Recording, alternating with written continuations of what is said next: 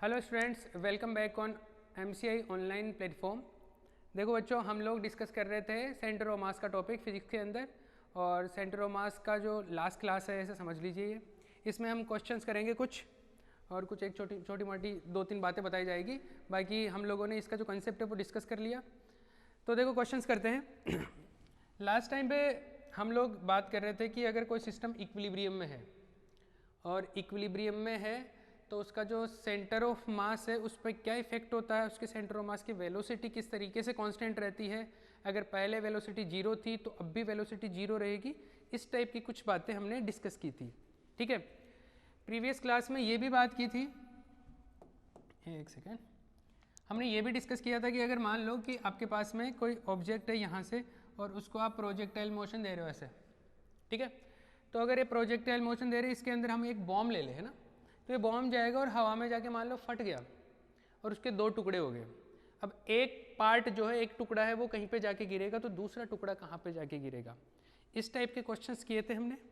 तो वो पोजीशन वाले तो कुछ क्वेश्चन हमने कर लिए थे। इस पे एक क्वेश्चन वेलोसिटी का और करवा देता हूँ आपको। तो देखो कैसे, ये कुछ ऐसा है। मान लो कि आपके पास में एक ऑब्जेक्ट है, इसका मास कुछ ले लेते हैं, मान लो 2 kg का ऑब्जेक्ट है, 2 kg का बॉम्ब है ऐसे समझो। इस 2 kg के बॉम्ब को यहाँ से प्रोजेक्टाइल मोशन दी गई, ये यहाँ पे आ गया। ठीक है, कहीं पे जाके गिरेगा, ये कहाँ पे जाके गिरना चाहिए था, ये कहीं तो जाके गिरेगा। डिपेंड करेगा इसकी स्पीड कितनी है और एंगल कितना है। मान लो कि हमने 45 डिग्री के एंगल पे इसको थ्रो किया है, और 45 डिग्री के एंगल पे, और आपने स्पीड दे दी मान लो इसको 20√2, आपने स्पीड दे दी इसको 20√2 मीटर पर सेकेंड। ये इनिशियल स्पीड दे दी आपको। आपको दिख तो रहा ना, विजिबल है। एक सेकेंड, थोड़ी साइज बढ़ा लेते हैं। तो ये है इनिशियल स्पीड, मान लो कि v स्पीड दे रखी है 20√2, और ये 45 डिग्री के एंगल से आपने थ्रो किया। अब ऐसा बोला जा रहा है कि ये बॉम्ब गया, ऊपर गया, ऊपर गया, और टॉप पे जब पहुंचा ना, यहाँ पे हाईएस्ट हाइट पे, हाईएस्ट पॉइंट पे, और यहाँ पे जाके ये क्या हुआ, 2 पार्ट में ब्रेक हो गया। कितने पार्ट में? 2 पार्ट में ब्रेक हो गया। अब ऐसा बोला जा रहा है कि अगर एक part, one of these 2 parts, अगर 1 पार्ट इधर चला गया मान लो, और तो दूसरा पार्ट इधर जाएगा, एक किधर भी जाएगा। पर एक बात समझो, जैसे आपको क्वेश्चन दिया गया ऐसा कि 1 of these 2 parts is moving in this direction, एक इस तरफ मूव कर रहा मान लो 4 मीटर पर सेकेंड की स्पीड से, एक पार्ट, तो दूसरा पार्ट की स्पीड बतानी है आपको। ये है मतलब, ये जो दूसरा वाला पार्ट होगा, इसके 2 टुकड़े होंगे, तो उसका स्पीड बताना, ये है सवाल। एक इधर चला गया एक पोर्शन, तो दूसरा वाला पार्ट दूसरी तरफ जाएगा, उसकी स्पीड बतानी है। तो कैसे करें, क्या करें, सुनो ध्यान से। आप पहले ये समझिए, जब ये यहाँ से ऊपर की तरफ जा रहा था, तो इसके पास में कुछ स्पीड थी। जैसे इस जगह पे इसके स्पीड, इस जगह पे स्पीड कितनी थी इसके पास में, जब बॉम्ब ब्लास्ट हुआ, एक्सप्लोजन हुआ, उसका 2 पार्ट्स में ब्रेक हुआ, उसके जस्ट पहले यहाँ पे टॉप पे था, तो कितनी स्पीड थी। जब टॉप पे पहुँचता है तो इसके पास में प्रोजेक्टाइल मोशन के हिसाब से, अगर आपको थोड़ा बहुत प्रोजेक्टाइल मोशन याद है तो आपको पता होगा कि इस जगह पे जो स्पीड बचती है या जो वेलोसिटी रहती है, ओनली हॉरिजॉन्टल डायरेक्शन में रहती है। हॉरिजॉन्टल डायरेक्शन में कितनी, हॉरिजॉन्टल डायरेक्शन में तो उतनी रहती है जहाँ पे, जो यहाँ पे रहती है, क्योंकि हॉरिजॉन्टल डायरेक्शन में तो प्रोजेक्टाइल मोशन में स्पीड बदलती नहीं है। तो यहाँ पे हॉरिजॉन्टल डायरेक्शन में जो वेलोसिटी का कंपोनेंट है, हॉरिजॉन्टल डायरेक्शन में वेलोसिटी का कंपोनेंट यहाँ पे, इस जगह पे कितना है, ux कितना है यहाँ पे, बताना जरा एक बार। 20√2 इंटू cos 45, यही है। वर्टिकल भी ऐसे आएगा, साइन में आ जाएगा वो, तो ये आएगा 20√2 cos 45। cos 45 का मतलब 1/√2, √2 से √2 चला गया, ये आ गया 20। मतलब हॉरिजॉन्टल कंपोनेंट ऑफ वेलोसिटी यहाँ पे 20 था, उस जगह पे भी 20, क्योंकि यहाँ पे वर्टिकल कंपोनेंट 0 हो जाता है। तो बॉम्ब फटने से पहले, एक्सप्लोजन होने के जस्ट पहले, जस्ट बिफोर एक्सप्लोजन, यहाँ पे जो स्पीड थी बॉम्ब की वो कितनी थी, 20 मीटर पर सेकेंड। कौन सी डायरेक्शन में, एक्स डायरेक्शन में, हॉरिजॉन्टली। मतलब आप ये समझ लो, एक्सप्लोजन से पहले बॉम्ब इस तरफ उसकी स्पीड थी 20 मीटर पर सेकेंड हॉरिजॉन्टली। ठीक है, और इसका मास कितना था फटने से पहले, 2 kg। अब ऐसे बोल दिया गया कि ये मान लो बॉम्ब जो है वो 2 पार्ट में ब्रेक हो गया, और दोनों पार्ट इक्वल मास के, कितने मास के, इक्वल मास में ब्रेक हो गया। तो ये 2 kg का था, ब्रेक हुआ, एक पार्ट इधर जाएगा, एक पार्ट इधर जाएगा। अब आप एक चीज़ समझिए, हॉरिजॉन्टल डायरेक्शन में कोई एक्स्ट्रा फोर्स नहीं लगा, वर्टिकल में तो फिर भी ग्रेविटेशनल लग रहा है और जो पहले लग रहा था उतना ही लग रहा है। हॉरिजॉन्टल डायरेक्शन में कोई भी एक्स्ट्रा फोर्स नहीं लगा है, तो हॉरिजॉन्टल डायरेक्शन में कोई एक्स्ट्रा फोर्स नहीं लगा, कोई एक्सटर्नल फोर्स नहीं है, तो हॉरिजॉन्टल डायरेक्शन में क्या होगा, मोमेंटम कंजर्वेशन होगा। इसका मतलब है एक्सप्लोजन होने के जस्ट पहले हॉरिजॉन्टल डायरेक्शन में जो मोमेंटम था और एक्सप्लोजन होने के बाद में भी जो जो पार्टिकल्स हैं उन सब का हॉरिजॉन्टल डायरेक्शन में मोमेंटम जो होगा वो इनिशियल वाले मोमेंटम के बराबर होगा। ठीक है, तो आप ये देखिए, अब आइए, अब बिफोर आप मोमेंटम देखिए, बिफोर एक्सप्लोजन हमको ये तो समझ में आ गया क्या होगा, मोमेंटम कंजर्वेशन होगा। मोमेंटम कंजर्वेशन होगा तो P इनिशियल x डायरेक्शन में equal to P final x direction में, ये तो होगा। P इनिशियल कितना है, इनिशियल क्योंकि हमको पता है जैसे 2 किलो का ये ऑब्जेक्ट था और 20 की स्पीड से चल रहा था इस डायरेक्शन में, तो इस डायरेक्शन में चल रहा था मतलब x डायरेक्शन में, तो ये जो भी मोमेंटम था स्टार्टिंग में x डायरेक्शन में था यहाँ पे, तो x डायरेक्शन का जो मोमेंटम है बिफोर एक्सप्लोजन कितना है, मोमेंटम क्या होता है m इंटू वी कौन सी डायरेक्शन का, x डायरेक्शन का, तो मास कितना है 2 किलो और जो भी स्पीड है ये x में थी, तो x में कितनी थी 20, इसका मतलब ये कितना हो गया 40। तो पहले कितना था एक्सप्लोजन से पहले, इसका मोमेंटम था 40, ठीक है, तो एक्सप्लोजन से पहले का ये है, इसका मतलब है एक्सप्लोजन के बाद में भी इतना ही होना चाहिए। ठीक है, ठीक है, तो एक्सप्लोजन के बाद में x डायरेक्शन का मोमेंटम। अब आप एक चीज़ समझिए, जैसे एक्सप्लोजन हुआ ये बॉम्ब 2 पार्ट में ब्रेक हुआ, मतलब जैसे ये बॉम्ब था आपके पास में, ये 2 पार्ट में ब्रेक हुआ, 2 पार्ट में ब्रेक हो गया, मान लो कि ये ऐसे ब्रेक है हुआ इसका, एक तो ये हो गया ये पार्ट, और एक जो दूसरा था उसको ऐसे बना देता हूँ मैं, ये 2 पार्ट थे, ये 2 पार्ट में ब्रेक हुआ और इक्वल मास में हुआ, इक्वल मास में हुआ, तो इसका मतलब है जैसे इसको मान लो मैं m1 बोल लूँ, इसको m2 बोल लूँ, इसका मतलब है एक्सप्लोजन के बाद में जो दोनों का मोमेंटम है वो ऐड करते हैं। तो एक्सप्लोजन के बाद में मान लो इसकी स्पीड है कितनी, इसकी स्पीड तो दे रखी है 4 मीटर पर सेकंड, इस तरफ इसकी स्पीड कितनी दे रखी है 4 मीटर पर सेकंड, इस तरफ मतलब नेगेटिव में है, इस तरफ ऑपोजिट एक्स में, और इसकी स्पीड पता करनी है, इसकी स्पीड नहीं पता तो इसकी स्पीड मैं ले लेता हूँ v2 ले लेता हूँ, इसकी स्पीड कितनी हो गई v1।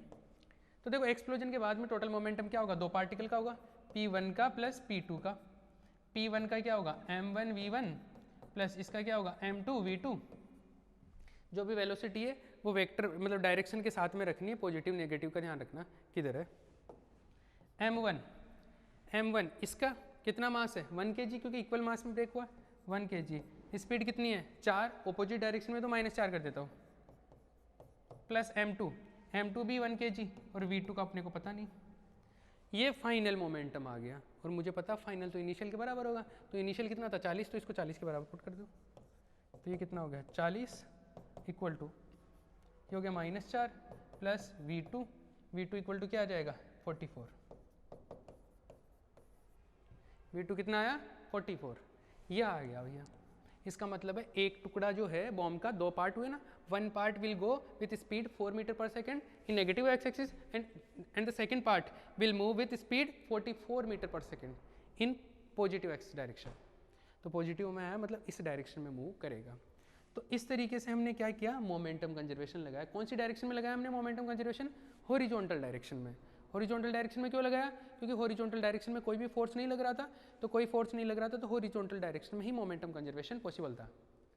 करेक्ट, चलो भैया आगे बढ़ेगा, आगे बढ़ते हैं। चलो नेक्स्ट क्वेश्चन, एक देखो बहुत बढ़िया क्वेश्चन करवाता हूँ, अच्छा क्वेश्चन है। मान लो ऐसा क्वेश्चन मैंने पहले भी करवाया है, मतलब इस फॉर्मेट पे, लेकिन तब हमने स्पीड में बात नहीं की थी, तब हमने बात की थी किसमें, डिस्टेंस में। हमने, आपको याद हो तो ऐसे बोला था कि एक ब्लॉक ऐसे m मास का, और मान लो ये जो ब्लॉक है नीचे की तरफ आ रहा है। अब देखो ये ब्लॉक ग्रेविटी की वजह से नीचे की तरफ फिसलेगा, तो ये जो वेज है जिसका एंगल थीटा है, ये ब्लॉक नीचे की तरफ आएगा, तो इस ब्लॉक और इसके बीच में एक फोर्स भी तो काम करेगा जो नॉर्मल, ये नॉर्मल ब्लॉक पे ऊपर की तरफ और इस पे नीचे की तरफ, वेज पे जैसे जैसे नीचे की तरफ लगेगा, इस तरफ नीचे की तरफ मतलब ब्लॉक ये वेज पे इधर लगेगा नॉर्मल और इस ब्लॉक पे इधर लगेगा नॉर्मल। तो इस नॉर्मल की वजह से क्या होगा, इस वेज के ऊपर फोर्स लगेगा और वेज के ऊपर फोर्स लगेगा, तो वेज जो है ना इस प्लेन के ऊपर जो है, अगर ये प्लेन है, अगर ये प्लेन सरफेस है, तो ये वेज जो है इस प्लेन के ऊपर इधर खिसकने लग जाएगा, तो वेज मूव करने लग जाएगा। ओके, तो वेज का स्पीड बताना है, अगर मान लो ब्लॉक का स्पीड दिया हुआ रहे तो ऐसा कुछ, या कुछ ना कुछ इन्फॉर्मेशन के बारे में अभी मैं बात करूंगा क्या है। तो सुनना ध्यान से इस क्वेश्चन के बारे में। ऐसा है, जैसे ऐसा है, ये इधर जा रहा है ब्लॉक, तो ये वेज इस तरफ जाएगा, समझ गए।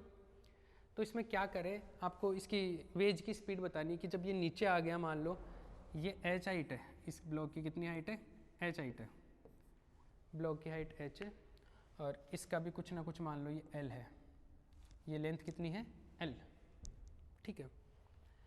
आ जाइए भैया, अब आपको बताना है कि जब ये ब्लॉक यहाँ से यहाँ पहुँच जाएगा बॉटम पे, जब ब्लॉक यहाँ पे बॉटम पे पहुँच जाएगा तो आपको वेज की स्पीड बतानी है, इसकी स्पीड बतानी है इसकी, ठीक है।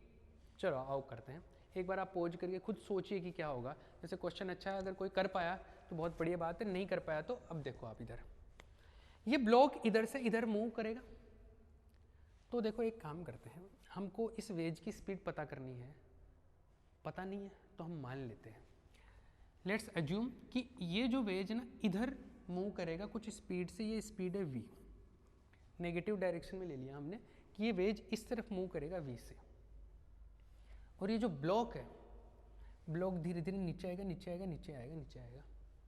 अब हमको देखो कुछ चीज़ें पता, हमको ये पता है कि नीचे आएगा तो ग्रेविटेशनल फोर्स लग रहा है वर्टिकल डायरेक्शन में, उसकी वजह से आ रहा है, तो वर्टिकल डायरेक्शन में तो ग्रेविटेशनल फोर्स लग रहा है, लेकिन हॉरिजॉन्टल डायरेक्शन में कोई फोर्स नहीं लग रहा, बाहर से कोई फोर्स नहीं लग रहा। इन दोनों के बीच में आपस में जो लग रहा है वो तो लग रहा है, लेकिन बाहर से एक्सटर्नली कोई हमने इस डायरेक्शन में कोई फोर्स नहीं लगाया। तो इस डायरेक्शन में अगर कोई फोर्स नहीं लगाया, इसका मतलब है इस हॉरिजॉन्टल डायरेक्शन में मोमेंटम कंजर्वेशन होगा, हॉरिजॉन्टल डायरेक्शन में मोमेंटम कंजर्वेशन होगा, ठीक है। हॉरिजॉन्टल डायरेक्शन में मोमेंटम कंजर्वेशन हम लगा सकते हैं, चलिए, और किसके रिस्पेक्ट में लगाएंगे, हम लगाएंगे यहाँ पे ग्राउंड पे बैठ के कैलकुलेशन करते हैं। आपको याद होगा पहले भी हमने ग्राउंड पे बैठ के कैलकुलेशन किए, तो हम बात करें कि ये कोई बंदा है ग्राउंड पे अर्थ पे खड़ा, ये मेजरमेंट कर रहा है इसके, ठीक है। तो ये कैलकुलेशन करेगा, तो किस तरीके से कैलकुलेशन होगी, ध्यान से सुनो। इसके हिसाब से पहले ये जो पूरा सिस्टम था वो रेस्ट पे था, इसको रिलीज किया गया, यहाँ से छोड़ा गया, तो रिलीज करने से जस्ट पहले इसका सबका स्पीड क्या था, 0, इसका मतलब इनिशियल मोमेंटम क्या था, 0, ये बात क्लियर है, इनिशियल मोमेंटम क्या था, 0, ओके। अब ये देख रहा है कि वर्टिकल डायरेक्शन में तो खैर फोर्स लग रहा है, लेकिन हॉरिजॉन्टल में कोई फोर्स नहीं लग रहा, इसका मतलब हॉरिजॉन्टल डायरेक्शन में मोमेंटम कंजर्वेशन होना चाहिए, ठीक है, होना चाहिए। इसका मतलब हॉरिजॉन्टल डायरेक्शन में इनिशियली हॉरिजॉन्टल डायरेक्शन में जो मोमेंटम था, फाइनल हॉरिजॉन्टल डायरेक्शन में जो मोमेंटम है वो बराबर रहेगा। इनिशियली 0 था, तो इसका मतलब फाइनल मोमेंटम जो रहेगा हॉरिजॉन्टल डायरेक्शन में, एक्स डायरेक्शन में, वो भी क्या रहेगा, 0 ही रहेगा, करेक्ट। पर फाइनल मोमेंटम में 2 टर्म आएंगे, क्योंकि अब 2 बॉडी है, एक ये है और एक ये, तो दोनों मूव कर रहे, तो दोनों का ऐड होकर टोटल क्या आना चाहिए, 0, करेक्ट, ओके। पूरा कैलकुलेशन किसके रिस्पेक्ट में हो रहा है, इसके रिस्पेक्ट में। अब इसके रिस्पेक्ट में अपने को तो वेलोसिटी पता ही नहीं है, इसकी वेलोसिटी मान लो कि v है, करेक्ट। और ये जो ब्लॉक है ये नीचे की तरफ आ रहा है, लेकिन कितनी स्पीड से नहीं पता, हम कुछ स्पीड मानते हैं कि ये मान लो कि नीचे की तरफ आ रहा है, इस तरफ इसकी स्पीड की है u, कितनी है u, किसके रिस्पेक्ट में, देखो ये जो डायरेक्शन है, यहाँ पे कोई बंदा बैठा है ना, मान लो यहाँ पे कोई बंदा बैठा है इसके ऊपर, स्लाइड के ऊपर, वो देख रहा है कि ये जा रहा है इधर u से, ये देख रहा है, ये मतलब इस वेज के ऊपर बैठा हुआ बंदा, तो वेज तो खुद अपने आप में इधर जा रहा है, और वेज पे बैठा हुआ बंदा देख रहा है कि ये यू से इधर जा रहा है, मतलब वेज के रिस्पेक्ट में आपको वेलोसिटी मान लो पता है यू, ठीक है। तो हम ग्राउंड के रिस्पेक्ट में वेलोसिटी पता करेंगे इस ब्लॉक की, तो सबसे पहले तो क्या है, यू जो है स्पीड है या वेलोसिटी है, किसके रिस्पेक्ट में, इस वेज के रिस्पेक्ट में, ठीक है। अगर u है इधर वेज के रिस्पेक्ट में, ये एंगल थीटा, तो ये एंगल कितना हो गया, थीटा। तो इस u को वेक्टर फॉर्म में लिखो तो कोऑर्डिनेट क्या आएंगे, वो कंपोनेंट क्या आएंगे, इधर क्या आएगा u cos थीटा, और इधर क्या आएगा u sin थीटा, ये आएगा। इसका मतलब है वेज के रिस्पेक्ट में वेलोसिटी क्या आ गई ब्लॉक की, इसको वेक्टर फॉर्म में लिख लो आप। देखो क्या ये velocity of block with respect to wedge कितनी आए, एक कंपोनेंट तो इधर मिला u cos theta i cap में, और एक मिला u sin थीटा नीचे की तरफ, मतलब माइनस, तो u sin थीटा माइनस जे कैप, ये माइनस मैंने पहले लिख दिया। ये किसकी स्पीड किसके रिस्पेक्ट में आई, ये इस ब्लॉक की स्पीड आई इस वेज के रिस्पेक्ट में, मतलब वेज पे बंदा जो बैठा उसके रिस्पेक्ट में या वेज के रिस्पेक्ट में, एक ही बात है। ओके पर मैं जब यहाँ से कैलकुलेशन कर रहा हूँ, ग्राउंड पे बैठ के मोमेंटम कंजर्वेशन लगा रहा हूँ, तो मुझे स्पीड भी ग्राउंड के रिस्पेक्ट में चाहिए, तो ग्राउंड के रिस्पेक्ट में स्पीड चाहिए मुझे इस ब्लॉक की। ठीक है, तो आओ ब्लॉक की ग्राउंड के रिस्पेक्ट में पता करते हैं। तो देखो हमने ये पढ़ा है velocity of block with respect to wedge, ये पता है ना हमको।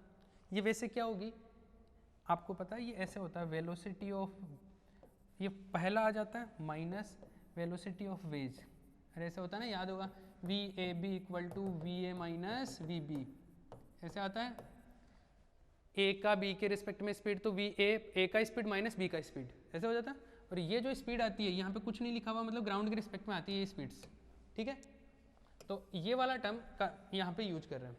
तो यहाँ पे velocity of block with respect to wedge, तो velocity of block with velocity of wedge, और ये जो है यहाँ पे कुछ नहीं लिखा हुआ, इसका मतलब ये ग्राउंड के रिस्पेक्ट में है। किसके रिस्पेक्ट में, ग्राउंड के रिस्पेक्ट में,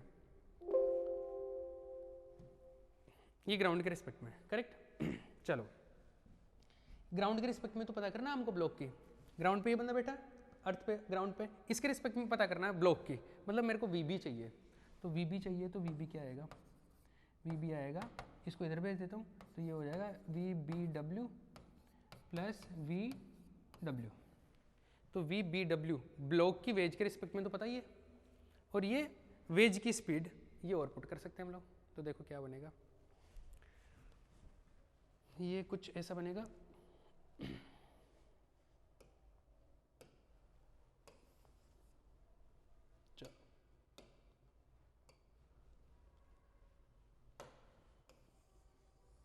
देखो ये है वी बी डब्ल्यू का वैल्यू पुट कर सकते हैं हम लोग, यहाँ पे ये आ रहा है V B equal to, V B W का वैल्यू है अपने पास में ये रहा u cos theta i cap minus u sine theta j cap, ये आ गया वी बी डब्ल्यू का वैल्यू।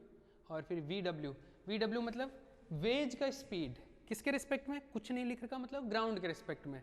तो ग्राउंड के रिस्पेक्ट में तो हमने मान लिया था कि इस वेज ये इधर जा रहा है वी से, मतलब ऑपोजिट डायरेक्शन में माइनस आई में, तो ये आपके पास में क्या करना था, प्लस वी डब्ल्यू करना था ना, वेज की स्पीड। तो वेज की स्पीड तो हमने मान ली थी इधर कितनी, वी, और वी कौन सी डायरेक्शन में, माइनस जे में, तो ये हमने मानी थी वी माइनस जे के अंदर। ठीक है, माइनस जे नहीं माइनस आई, सॉरी माइनस आई। अब देखो आई वालों को एक साथ रख लो, तो u cos थीटा, इसमें भी i है तो ये माइनस आई है, तो माइनस वी आई कैप इस टर्म में, और इस टर्म को एक साथ रख लिया, i कॉमन आ गया, तो u cos थीटा इसमें, और इसमें माइनस v बच गया। और जो दूसरा वाला है, दूसरे वाले में क्या है, इसमें क्या है minus u sign theta j cap, ये आ गया वी बी। ब्लॉक की स्पीड आ गई किसके रिस्पेक्ट में, ग्राउंड के रिस्पेक्ट में। तो ग्राउंड के रिस्पेक्ट में ब्लॉक की स्पीड आई, उसका हॉरिजॉन्टल कंपोनेंट, मतलब एक्स डायरेक्शन में तो इतनी स्पीड है और वाई डायरेक्शन में ये स्पीड है। मुझे एक्स डायरेक्शन की स्पीड से मतलब है, क्यों, क्योंकि मुझे एक्स डायरेक्शन के मोमेंटम से मतलब है। एक्स डायरेक्शन में मोमेंटम कंजर्वेशन है, वाई डायरेक्शन में तो है नहीं, तो मैं एक्स डायरेक्शन के मोमेंटम की बात करूंगा। तो देखो हमने ये बोला कि इसमें मोमेंटम कंजर्वेशन रहेगा कौन सी डायरेक्शन में, हॉरिजॉन्टल में। तो हॉरिजॉन्टल में इनिशियली जीरो था, तो बाद में भी क्या रहेगा, जीरो। तो बाद में किसका किसका मोमेंटम, फाइनल मोमेंटम किसका किसका, दोनों, ब्लॉक का भी और वेज का भी। मोमेंटम ऑफ ब्लॉक और मोमेंटम ऑफ वेज, दोनों का मोमेंटम चाहिए। तो ब्लॉक का मोमेंटम ग्राउंड के रिस्पेक्ट में, वेज का मोमेंटम ग्राउंड के रिस्पेक्ट में, और ये इनके ओनली एक्स कंपोनेंट चाहिए, क्योंकि only horizontal component x component चाहिए। तो एक्स कंपोनेंट की बात करेंगे हम, इनमें भी किसकी बात करेंगे, एक्स डायरेक्शन वाले जो मोमेंटम है उनकी। तो एक्स डायरेक्शन में देखिए ब्लॉक का देखते हैं, तो ब्लॉक का मास ऑफ ब्लॉक, हम मान लो ब्लॉक के मास को हम ले लेते हैं स्मॉल m और वेज के मास को कैपिटल M। तो ब्लॉक का मास हो गया मान लो स्मॉल m और ब्लॉक की वेलोसिटी का x कंपोनेंट है, ब्लॉक की वेलोसिटी ये है, इसका x कंपोनेंट ये पुट करें तो ये क्या आएगा u cos theta minus v, done. इस डायरेक्शन में तो लिया हमने, ओके। प्लस ये क्या आएगा मोमेंटम ऑफ वेज और उसका x कंपोनेंट, तो वेज तो ऐसे जा रहा है इस तरफ, तो मोमेंटम ऑफ वेज तो मास ऑफ वेज, मास कितना ले लिया कैपिटल M वेज का, और इसकी स्पीड वेलोसिटी, तो वेलोसिटी तो इस तरफ है मतलब माइनस v, ये तो ये क्या हो गया देखो आपके पास mu cos theta minus mv और माइनस कैपिटल mv, ये फाइनल x डायरेक्शन में मोमेंटम है और इनिशियल x डायरेक्शन में मोमेंटम क्या था 0, तो फाइनल x डायरेक्शन में मोमेंटम भी 0, तो ये भी क्या रहेगा 0 0। यहाँ से v पता कर लो, v मतलब वेज की स्पीड, तो देखो इसको तो आप एक काम करो इन दोनों को इधर ले आओ, इन दोनों को इधर लेके आएंगे तो v कॉमन आ जाएगा, m प्लस कैपिटल M आ जाएगा इसमें और ये हो जाएगा mu cos थीटा, ठीक है, ये आ गया। और v जो आया आपके पास में mu cos theta upon m plus capital M, ये क्या आ गई आपके पास में speed of wedge with respect to ground, तो ग्राउंड के रिस्पेक्ट में वेज की स्पीड आ गई, और ये u क्या है वेज के रिस्पेक्ट में ब्लॉक की स्पीड, ये u। अब अपने को तो u भी नहीं पता, तो अभी हमने मोमेंटम कंजर्वेशन से ये एक इक्वेशन लेके आए हैं, अब एक इक्वेशन और लेके आएंगे एनर्जी कंजर्वेशन से, ठीक है। तो एनर्जी कंजर्वेशन जो आता है अपना वर्क एनर्जी वाला जो चैप्टर है उसके अंदर डिटेल में आता है, तो जिन्होंने वो नहीं पढ़ा है वो एक बार इस चीज़ को समझ लेना आप क्या बता रहा हूँ, जिन्होंने पढ़ा वो इस चीज़ को ईजिली समझ जाएंगे। हमने क्या किया सुन लो ध्यान से, अच्छा क्वेश्चन है, एक ये ब्लॉक है नीचे की तरफ आ रहा है,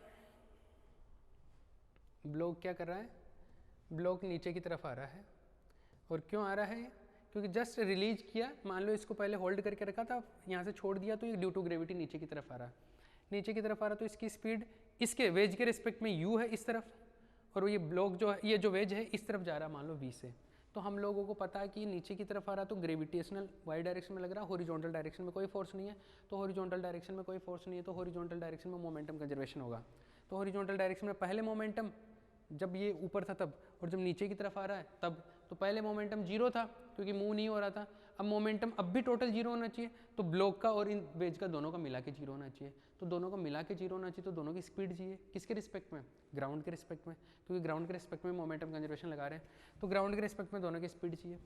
तो मुझे वेज के रिस्पेक्ट में तो u पता है, तो ये u का पहले वेक्टर फॉर्म पता किया, फिर ग्राउंड के रिस्पेक्ट में ये पता किया इसकी स्पीड, और इसकी वेज की तो पता ग्राउंड के रिस्पेक्ट में भी है, दोनों को ऐड करके हमने फाइनल वैल्यू कैलकुलेट की, ये आ गया अपने पास में, ठीक है। एक एनर्जी कंजर्वेशन से एक और चीज़ कैलकुलेट करते हैं देखो, और फिर दोनों इक्वेशन को इस्तेमाल हम कर सकते हैं। एनर्जी कंजर्वेशन से एक और चीज़ करते हैं, इसमें एनर्जी कंजर्वेशन कैसे लगाते हैं, देखो ये जो ब्लॉक था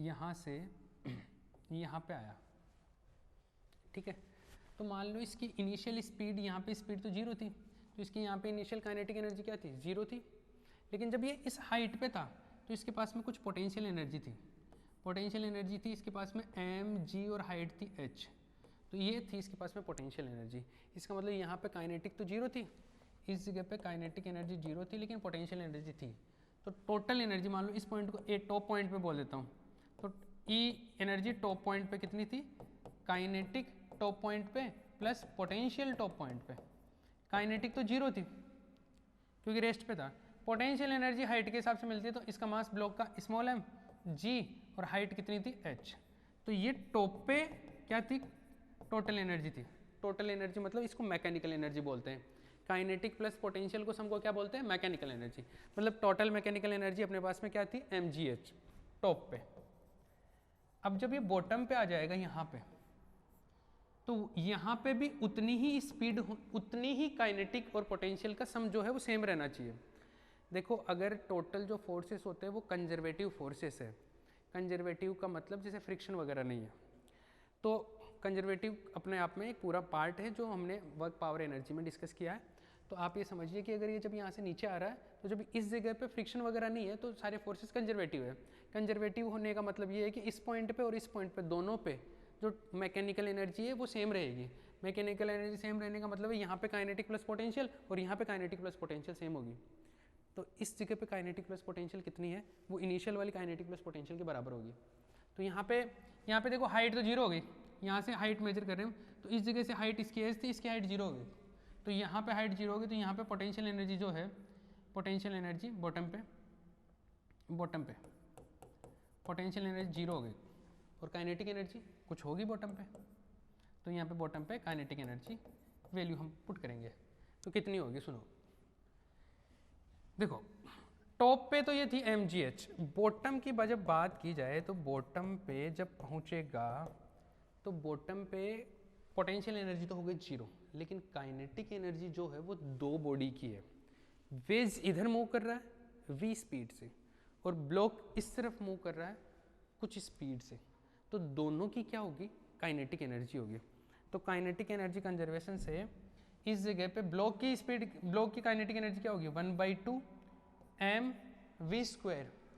ब्लॉक का स्पीड कितना है, सॉरी ब्लॉक का स्पीड, हाँ यहाँ पे ब्लॉक का स्पीड जो भी आएगा, ये ब्लॉक का जो स्पीड है उसका स्क्वायर, ठीक है, वेलोसिटी का स्क्वायर, प्लस 1/2 वेज का, तो वेज का मास कितना, कैपिटल M, और वेज का स्पीड कितना है, वो -v², ये था। तो दोनों की काइनेटिक एनर्जी ऐड कर रहे हैं हम, पोटेंशियल तो जीरो है ना, तो यहाँ पे ये आएगा 1/2 m, ब्लॉक की जो वेलोसिटी है उसका मैग्नीट्यूड आएगा स्पीड और उसका स्क्वायर होगा। तो ब्लॉक की स्पीड कहाँ पर है, ये रही वेक्टर फॉर्म। अब कंपोनेंट नहीं, इसमें क्या काम में आएगा, वेक्टर फॉर्म काम में आएगा। तो ब्लॉक की स्पीड ये रही, इसी के पैर ये रही, ये है अपने पास में ब्लॉक की स्पीड, वेलोसिटी है एक्चुअल में, पर स्पीड कैसे कैलकुलेट करेंगे, इसका मैग्नीट्यूड निकाल के। तो इसका मैग्नीट्यूड निकाल सकते हैं हम लोग, तो इसका जो भी मैग्नीट्यूड आएगा वो हम लोग निकाल के वहाँ पे पुट करेंगे, तो आपको क्या मिलेगा, इसका स्पीड मिलेगा। तो यहाँ से इसका मैग्नीट्यूड निकाल लेंगे और यहाँ पे जो भी है, अभी मैं उस फॉर्मेट को ज़्यादा नहीं करना चाह रहा, बस वैल्यू आप ध्यान रखना कि वहाँ से, क्योंकि जब वैल्यू देगा तब हम लोग वैल्यू पुट करके इसका फाइंड आउट कर सकते हैं वैल्यू। प्लस 1/2 m और ये भी हो जाएगा v²। ये बॉटम पे total speed, total kinetic energy plus potential energy आ गई, और टॉप पे कितनी थी, इतनी, तो टॉप पे और बॉटम पे बराबर होती है, तो इसको mgh के बराबर पुट कर दो। ये लो, एक इक्वेशन ये आ गई आपके पास में काइनेटिक एनर्जी से, और दूसरी वाली जो इक्वेशन थी ये आपके पास आई थी मोमेंटम कंजर्वेशन से। ये अब इन दोनों से हम लोग क्या करते हैं, u का और v का वैल्यू पता करते हैं, क्योंकि दोनों u और v में है, तो u और v का वैल्यू हम लोग यहाँ से पता कर सकते हैं। ठीक है, ये हो गया भैया, ये बहुत बढ़िया सवाल था, थोड़ा कॉम्प्लिकेटेड था, इस टाइप के सवाल जेई में आते हैं अक्सर। ओके, एक बार मैं टाइम देख लेता हूँ।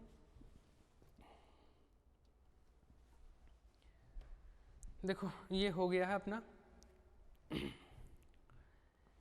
एक क्वेश्चन और करवा देगा, एक क्वेश्चन और एक क्वेश्चन नहीं, मैं थोड़ा सा कंसेप्ट बता देता हूँ। देखो एक दो बातें आपको यहाँ पे समझ में आ गई होगी कि सेंटर ऑफ मास से रिलेटेड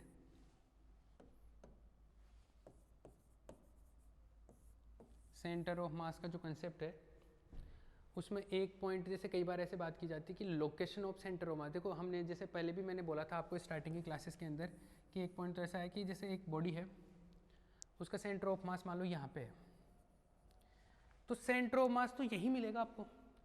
अगर कोई आदमी यहाँ की इसके रिस्पेक्ट में मेजरमेंट कर रहा है, जैसे यहाँ पे बैठ के मेजर कर रहा है, तो इसके लिए इसकी डिस्टेंस ये हो जाएगी।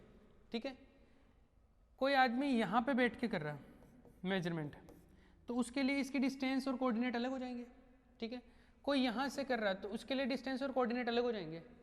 तो अगर आप फ्रेम चेंज कर दोगे, मतलब जहाँ से ऑब्जर्वेशन ले रहे हो उस पॉइंट को या उस इंसान की पोजीशन चेंज कर दोगे, तो सेंटर ऑफ मास के कोऑर्डिनेट बदल सकते हैं, लेकिन क्या सेंटर ऑफ मास की एक्चुअल पोजीशन, लोकेशन बदल रही है क्या? ना, सेंटर ऑफ मास तो रहेगा तो यहीं पे, इस बॉडी के अंदर तो यहीं पे उसकी पोजीशन, आप दूर जाके मेजर कर रहे हो तो आपके लिए दूरी ज़्यादा होगी, आपके लिए डिस्टेंस ज़्यादा होगी, ठीक है। कोई पास से मेजर कर रहा है तो उसके लिए सेंटर ऑफ मास की डिस्टेंस क्या है, कम है।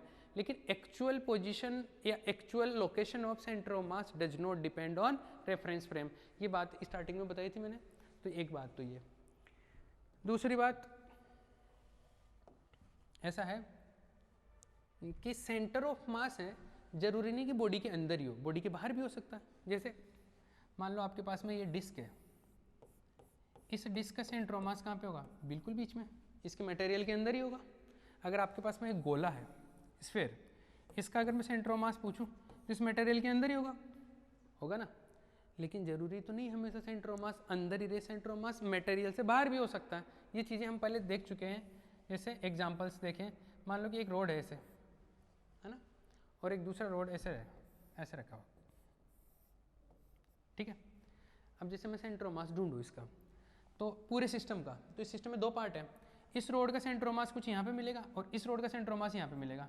अब इसका सेंटर ऑफ मास यहाँ पे, इसका सेंटर ऑफ मास यहाँ पे, इन सब का टोटल सेंटर ऑफ मास इस लाइन को ज्वाइन करने वाली लाइन पे कहीं ना कहीं बीच में मिलेगा। इसका मतलब इस बॉडी का ये जो पूरा सिस्टम है ना, इस पूरे सिस्टम का जो ऐसे एल शेप का है, इसका सेंटर ऑफ मास कुछ यहाँ पे मिलेगा। तो ये जो है इस मटेरियल से बाहर है, इसका मतलब मटेरियल से बाहर भी मिल सकता है सेंटर ऑफ मास, मिलता है। तो सेंटर ऑफ मास जरूरी नहीं कि बॉडी के अंदर ही हो, मेटल मटेरियल के अंदर हो, मटेरियल से बाहर भी मिल सकता है। Is that clear?